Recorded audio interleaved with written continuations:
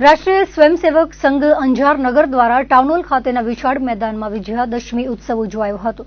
સંઘના શતાબ્દી વર્ષ નિમિત્તે આયોજિત કાર્યક્રમમાં અંજાર નગરના 9 શાખા અને 9 સાપ્તાહિકોમાંથી પૂર્ણ ગણવેશમાં 417 સ્વયંસેવકોએ ભાગ લીધો હતો.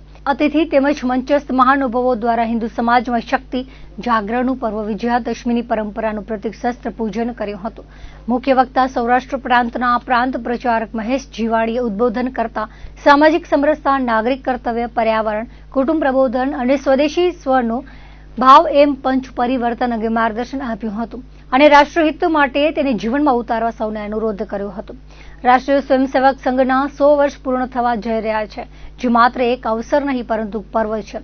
આ પર્વ અંધકારમાંથી પ્રકાશ તરફ, અસત્યમાંથી સત્ય તરફ અને અયોગ્યમાંથી યોગ્ય તરફ લઈ જવાની પ્રેરણા આપે છે.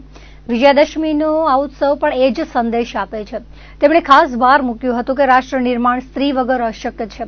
પ્રારંભે સંઘના સ્વયંસેવકો દ્વારા ચાલુ વરસાદે પણ સમગ્ર અંજાર શહેરના વિવિધ વિસ્તારોમાં ઘોષ વાદ્યોના નાદ સાથે પથ સંચલન નીકળ્યું હતું, જેમાં શહેરના ટાઉન હોલ, બગીચો, 12 મીટર રોડ, ગંગાનાકા, નગરપાલિકા, જડેશ્વર મહાદેવ મંદિર, બસ સ્ટેન્ડ, ગાયત્રી 4 રસ્તા, મામલતદાર કચેરી થઈને ફરી ટાઉન હોલ ખાતે વિરામ થયું હતું. પથ સંચલનના રૂટ પર અનેક સ્થળો પર ધર્મપ્રેમી શહેરીજનો, મુખ્ય બજારના વેપારીઓ, વિવિધ એસોસિએશન તેમજ સંગઠનો દ્વારા ભાવપૂર્વક ભગવા ધ્વજ પર પુષ્પ વર્ષા કરી પથ સંચલનનું સ્વાગત અભિવાદન કરાયું હતું. શતાબ્દી વર્ષ નિમિત્તે આયોજિત જાહેર પ્રાત્યક્ષિક કાર્યક્રમમાં સ્વયંસેવકોએ દંડ, યોગ, પ્રહાર, સમતા ઘોષ, દંડ યુદ્ધ, વ્યાયામ, નિહ યુદ્ધ, આસન જેવા વિવિધ પ્રયોગો રજૂ કર્યા હતા. મંચસ્થ મુખ્ય અતિથિનું નગર સંઘ સંચાલક દ્વારા પુસ્તક રૂપી ભેટ આપી સ્વાગત કરાયું હતું.